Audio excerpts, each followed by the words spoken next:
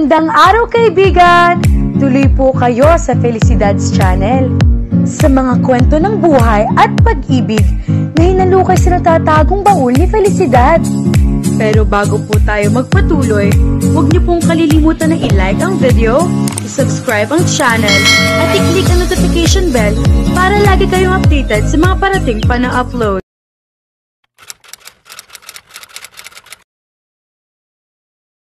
Nakatingin si Rare sa babaeng nakaupo sa harapan niya. He's quite bored while hearing this new aspiring trainees' sample presentations. Wala naman doon ang atensyon niya. Kung hindi, nasa babaeng kaharap niya. Bata at maganda. Ito ang tipo ng babaeng mukhang handang kumapit sa blade ng kutsilyo para lang makapasa sa OJT. Yes, he's personally conducting the on-the-job training of those college students who wanted to grab the opportunity to be trained inside this multi-billion company. Of course, hindi pa kasama dito ang mga sekretong negosyo niya, kung saan nagbebenta siya ng mga babae kapalit ng malaking halaga. Nasa front row malamang ang magandang kumpanya niya na humahawak ng mga hindi mabilang na artista at ang kanyang hindi mabilang na sinehan, recording studios at ang pagiging producer niya at pagmamay-ari ng pinakasikat na production company na kahit Hollywood ay bumibida. Inip na bumuga siya ng hangin, inaantok na siya at kailangan niyang magising. Everybody out except for this lady in front of me. Break na muna. Tapos after 10 minutes, we'll resume. Maautoridad na utos niya sa mga estudyante na nagpangiti sa babaeng kaharap niya. Kanina pa rin naman kasi tingin ang tingin sa kanya, kaya maano magkasubukan na nga rin lang kung hanggang saan ang kayang ikapit basta makuha lang ang pwesto bilang isa sa mga OJT. Nang makalabas ang mga tao, ay kaagad niyang sinalubong ng titig ang babae. Drop your cellphone on the table. Utos niya rito na kaagad naman na kinalkal ang bag at saka inilabas ang isang item na 1+5 na gadget. Nice! Hindi nahuhuli sa updated version ng cellphone. Kahit paano ay latest model pa rin naman. Virgin or not, he seems so upfront but he doesn't care. He's interested with the girl and no one can stop him. Tumunga nga ang babae sa kanya pero ngumisi siya. Come on! A virgin woman wouldn't look at me like how the way did. Don't give me bullshit. Answer me quickly so we can start the test. Are you even aware that the president of this company is as dirty as a man whore? Not a virgin anymore. Sagot nito at nakatitig sa mukha niya. He stood up. Follow me. Aniya sa babae na kaagad naman na sumunod sa kanya at iniwan ang gamit. Binuksan niyang secret room na nasa kabilang side ng presentation room. Napanganga ang babae nang makita ang isang kama. You have 3 seconds to decide if you will back out or not. Pumayag ka, ibibigay ko sa iyo ang kailangan mong pwesto bilang trainee sa kumpanya ko. I am physically attracted to you and will have a bargain. If you let me taste you, you'll have what you want. Saglit niyang nilingon ang babae na nakatitig sa pang-upo niya habang kumukuha siya ng condom sa cabinet niya. May CCTV ba, Mr. Villadelrey? Wala. Pwede mong i-check ang buong lugar. Hindi ako gago para panoodin ang sarili ko na nakikipag-sex sa isang babae. Well, that's a lie because the truth is, hindi lang basta CCTV ang meron. Ang may mamahaling kamera na nakatutok sa kabuuan ng kwarto at kapag wala ng mga babae, makikita na niya kung paano niya pinaligaya ang mga iyon. Time starts now. 1. Yes! Agarang sagot ng babae. Kahit na walang OJT, ngumisi iyon kaya napaangat ang mga kilay niya. The woman drew closer to him and clung her arms over his nape. You're so handsome and it's a pleasure to get intimate with you. Dinampian siya nito ng halik sa labi pero hindi ganoon ay sinukli niya. Nagsisimula pa lang sila nang biglang may nabuzzer sa pintuan. Damn! Uminit ang ulo niya. Walang ibang nakakaalam sa secret room niya na konektado rin sa mismong opisina niya kung hindi ang kanyang ama. At ngayon ay may kumakatok. Isa lang ibig sabihin. Nasa labas ang ama niya at may kailangan sa kanya. Masama ang tabas ng muka na naglakad siya papunta sa pintuan. Ngiti ang sumalubong sa kanya galing sa kaisa-isa niyang ama na hindi niya magawang kausapin na matagal kahit na mahal naman niya. Naghihintay sa labas ng presentation room ang mga OJT. Ano bang pinagagawa mo rito sa ganitong oras? Sumilip ang ulo ng matanda sa pinto at saka ngumisi. Oh, sorry to interrupt, but I guess you gotta open up the door and just bring the woman somewhere else later. Rare pursed his lips. I'll be out in a minute. What do you want, Dad? Hindi ako uuwi ngayong gabi. May babae akong kikitain sa isang striptease club natin. Does Vilma know? Umarko ang kilay niya, pero ipinaypay lang nito ang mga kamay. She will not mind. Bigay mo yan ng pera, tatahimik na yun. Lalo siya nagtaka. Bakit ganito na ang tono ng ama niya sa babaeng minamahal nito ng sobra noon? And to his surprise, his father never said anything like that before. Tahimik ito tungkol sa buhay may asawa. What do you exactly mean? Usisa pa niya. Nagkibet balikat ang matanda. Simple lang, pero ang gusto niya na pang shopping. Tapos, umiling pa ito na tila ba may naaalala, tapos maya-maya ay tinapik ang balikat niya. I gotta go, son. Magwi-withdraw pa ako ng pera. I need to pay this woman 200,000 pesos. Ikaw nang bahala. I love you, son. Niyakap siya nito at tumangulang naman siya. Take care, Dad. Oh, I will. Iinom pa ako ng robust. Humalakhak iyon habang papaalis, kaya napatingin na lang siya. Hobby na yata ng ama niya ang mangolekta ng babae. He wonders if his dad can still perform well. Baka naman, himas na lang ang kayang gawin ng ama niya at kaligayahan na lang siguro na may makita ng mga magagandang babae at nahihipuan. At sino kaya ang maswerteng babae na magkakaroon ng 200,000 pesos ngayong gabi? He doesn't know. Malamang na baguhang berhen dahil alam niya na ganoon ang presyuhan sa club kapag walang experience ang babae. Mura pa nga iyon. Baka naman nauto ni Lucreta.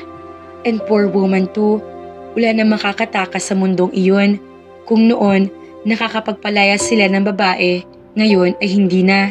Diretso na sa bentahan ang mga hindi na inosente. At sa laki ng offer na kung minsan dolyar pa, hindi na tumatanggi ang mga iyon. Earning money is easy and it's the game of life. Hindi naman nila pinipilit ang mga iyon na magtrabaho sa kanila dahil kusa na lang na lumalapit at kumakapit sa patalim dahil sa kakapusan ng pera.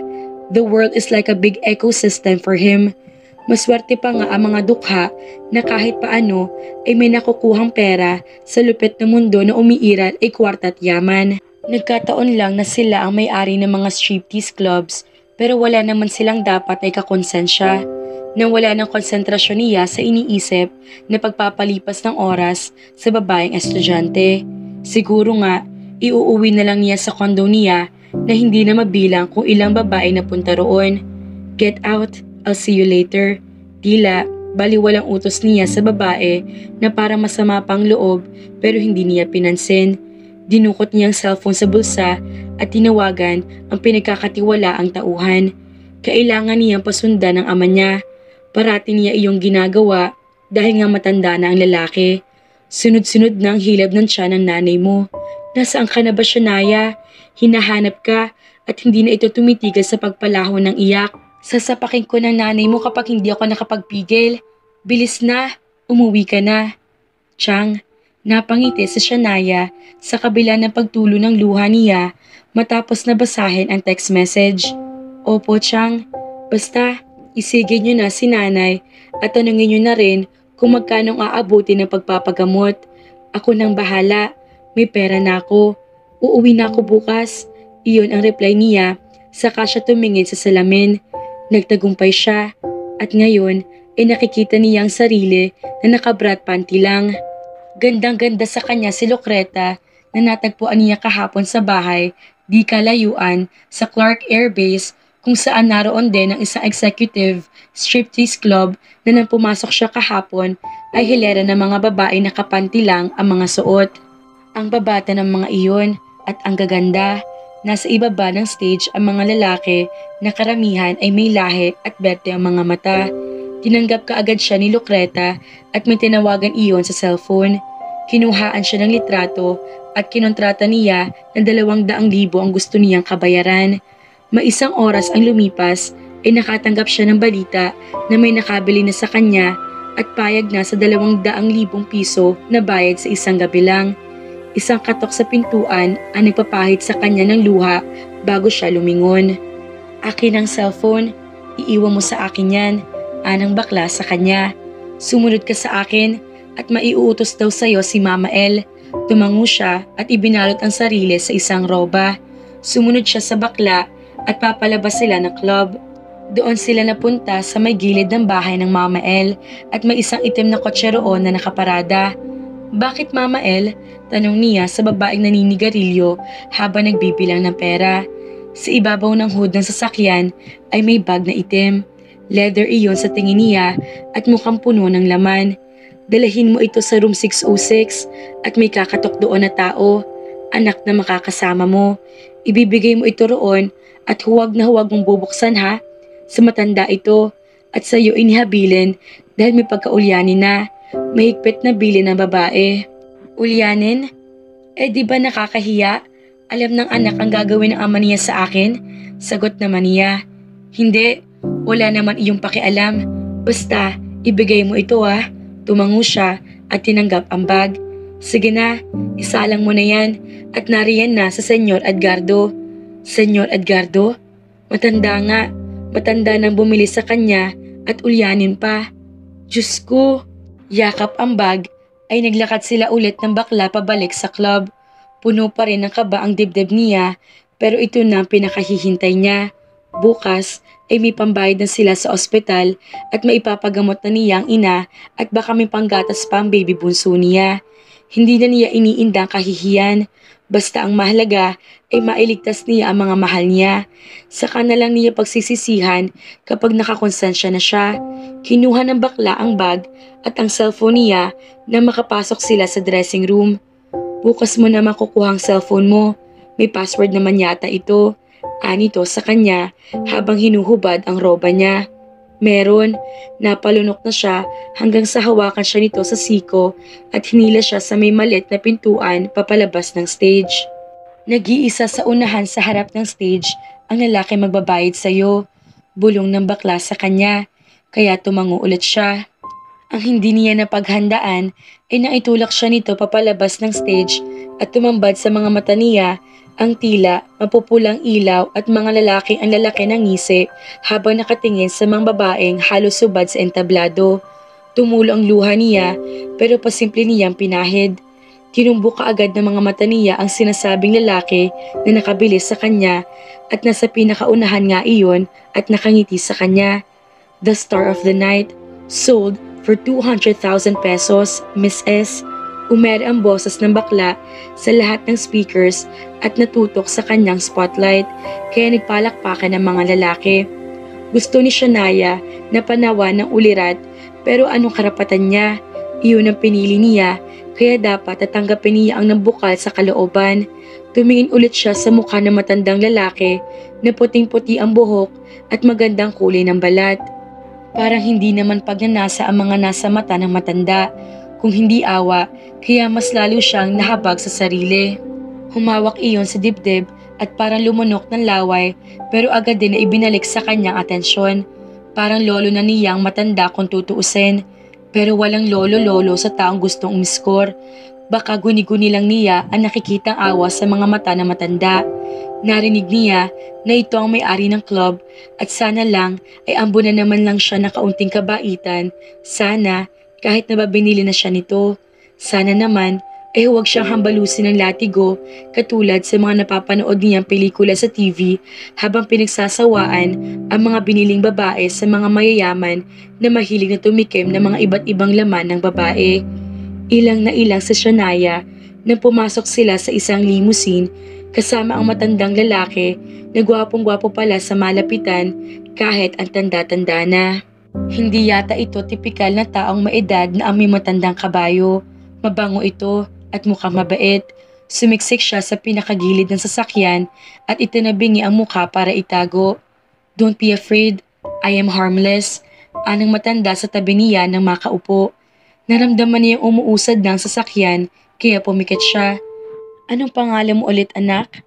"Anak? Di kawasa, inapatingin siya sa nakangiting matanda na hawak ang dibdib. Shania po, sagot naman niya habang patagong inaaral ang mukha ng lalaki. Pretty name, ngumiti lalong matanda. Tell me, bakit mo ito pinasok? You're very young. Nag-aaral ka ba? Nag-aaral po. Patigil-tigil. Manganganak yung nanay ko at kailangan ko siyang ipagamot pagkatapos. Wala kaming yaman. Wala po kaming titulo ng lupa na pwedeng isanla. Ang meron lang kami ay kaluluwa na pwedeng isanla. Seryosong sabi niya at naluluha pa ang mga mata dahil sa awa sa sarili. Ngayon lang siya nakaramdam ng ganoong klase ng pagkahabag sa sarili dahil ni minsan ay hindi niya nagawang pagsawaan ng buhay mahirap kahit na madalas na nasa evacuation sila kapag may bagyo o baha. Sapat na sa kanya ang buhay na ganoon at naging inspirasyon niya para magtagumpay pa sa buhay at unti-unti ay maiahon sa hirap ang ina niya kapag naging flight stewardess na siya. Pero ngayon, na binubuksan niya sa ibang taong kwento ng buhay niyang dalawang kahig walang tuka, napapaiyak siya. Tumawa ang matanda, pero mukhang hilaw iyon. That's bad, hindi na isasanla ang kaluluwa, kay Satanas lang yun isinasanla. You know, I also have a son, may uniko iho. Bihira ko na siya makasama dahil busy siya. Pakiramdam ko, lahat ng responsibilidad ko ay nasa balikat na niya at gamay na niya ang pagresolba sa mga problema kahit na nakapikit. And I feel na nakasanla na kay Satanas ang kaluluwa niya. Napalunok siya na makita niya ang lungkot sa mga mata ng matanda. Nakasanla kay Satanas? Sanggano yata ang uniko iho ng Senyor Edgardo. Hindi ko naman siya masisisi. Biktima siya ng bullying, harassment, na mutik na siyang ikamatay. Because I used to keep him and forbade him to run. Maga ko siyang tinuruan na mag-mature, pero hindi ko tinuruan kung paano lumaban. Walang martial arts training, no shooting.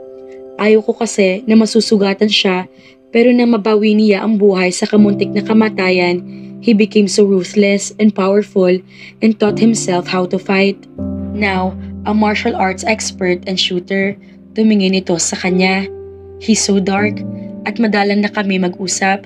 He doesn't speak. Inakala niya na pinatay ko ang kanyang mommy nang tanggalin ko sa asawa ko ang kanyang life support. Dark? Paano niya ibibigyan ng deskripsyon ng isang lalaking dark? Maitim? Pangit? Peligroso? Bakulaw? Mamaw? Pero mukhang mabait ang matanda. Paanong dark ang anak? Bakit niyo po sinasabi ito? Takang tanong ni Shania. It's because of what you've said. Hindi isinasanlang kaluluwa. Mas mabuting ibenta ang puri kaysa sa maging isang masamang tao sa mundo. Ang babaeng tulad mo, dangal lang ang nawawala. Pero mas mabuti ka pa rin kaysa sa mga taong pumapatay para lamang sa pera. You sold what you have kaysa magnakaw, makuha lang ang nais. It's quite different, sweetheart. If you will analyze it well, ipinatong nitong palad sa hita niya na nakalitaw sa suot niyang pink na tube dress. Napapitlag siya at mas lalong napausog. Pero nakatatak sa isip niya ang sinabi ng kausap na kung susumahin nga niya ay tama naman. Kahit paano ay nabawasan rin ang bigat ng konsensyang daladala niya. Napatingin siya sa hawak na bag na sinulyapan ng matanda. What is that? Tanong nito na kinanganga niya. Ulyanin na nga yata. Pera raw na pinag-withdraw tapos ngayon ay hindi na alam kung ano. Totoo palang hindi na pwedeng pagkatiwalaan ng gamit ang matanda dahil makakalimutan na. Wala po, pinabitbit lang sa akin. Sagot naman niya. Tumango ang matanda at saka ngumiti. Ilang taon ka na, Shania? 20 po. Oh God, my son is a decade older than you. Huwag kang matakot sa akin. Hindi kita aanuhin. Isasama lang kita sa hotel at kakain tayo. I always do this and choose the best woman they used to send me. Pinipili ko ang mga batang babae na mukhang anghel sa ganda at malungkot ang mga mata. Binibigyan sila ng sapat na halaga ng pera para sa pagsimula ng bagong buhay. Natigagal siya sa kinauupuan at napamaang sa lalaki. I do this more often. My son always thinks that I'm womanizing but I am actually not. Matanda na wala ng kakayahang mambabae. Kahit ng asawa kong si Vilma nga ay hindi ko na napakikialamanan at siguro nasa 5 taon na. Kaya lang ito na ang kaligayahan ko. There's a saying, the counted deeds of a person that are listed in heaven are the ones which you do without any glint of showmanship. Itinatago ko ito para mapunta ako sa langit. Walang nakakaalam kung hindi ang mga batang babae na tinulungan kong maisalba ang naghihingalo nilang puri. Napahikbi siya at tuluyang umiyak. Ang laking pasasalamat niya na isinalba pa rin siya ng Diyos sa kung anong dapat nakauuwian niya. Hindi yata talaga siya nito pakikialaman. Paano po ako magpapasalamat? Napatingin siya sa matanda. Help my son heal. That is, if you won't get afraid. Maraming sumubok para maibalik ang utang na loob sa akin pero wala nagtagumpay. Please, correct him and try to bring him back to the right path. Kahit subukan mo lang iha, ipapasok kita sa buhay niya pagkatapos ng gabing ito. 1 linggo o ilang araw. Kapag hindi mo siya nagustuhan, wala sa aking problema. Gusto ko lang na magkaroon siya ng kaibigan na mabuting tao. Preach him and be his good example. Paano niyo po alam na mabuti ako? Hindi niyo po ko kilala. Ngumisi ang matanda. Doing this for your mother who's in the hospital for her menopausal baby, nakatira sa may gilid ng tulay at isang estudyante ng mumurahing university sa kursong tourism, nagtitinda sa palengke at tinutulungan ng nanay niya. Ano pang ebidensya ang dapat iha para sabihin ko mabuti kang babae at iyon ang bukang bibig ng mga taga-palengke? Lalo siyang natilihan. Ipina-background check siya ng matanda. Sinabi pa naman niya sa Mama El niya na huwag ipaalam sa tiyahin niya kasi baka tuklapin noon ang singit niya sa kurot. Isa lang sana, kung papayag ka, katulad ng mga naunang babae, let's trade darling. Please, bring back the light to my son's heart and help him forget and forgive, or at least forgive me for that reason which corrupted his mind that I killed his mother, and change his belief that life is a battlefield, na ang mabait ay laging talo. May tao bang ganoon ang filosofiya sa buhay? Kung marap si Shania at na makita niya ang lungkot sa mga mata ng matandang mayaman, ay tumango siya. Kapalit po ng tulong ninyo sa nanay at kapatid ko, papayag po ako. Pero kapag hindi ko po natagalan, aalis po ako ah. No worries Shania, ngumiti iyon. Lumapit siya at tuluyang yumakap sa matanda. Umiyak siya sa pasasalamat. Hindi niya akalain na sa mundo na akala niya ay wala na kaginhawaan, may tao pa palang katulad ng matandang ito na tutulong sa mga dukha at hindi basta-basta nanghuhusga na kapwa. Kapag talaga mabuti ang puso mo mga kafelisidad, tunay nga namang may maganda itong kapalit. Buti na lang at si Don Edgardo ang kumuha kay Shania. Pero tuluyin na nga kayang ikagaganda ng buhay ni Shania ang dala ng matanda. Paano naman ang anak nito na kailangan niyang tulungan? Magtagumpay kaya ang dalaga? Kaya naman, abangan!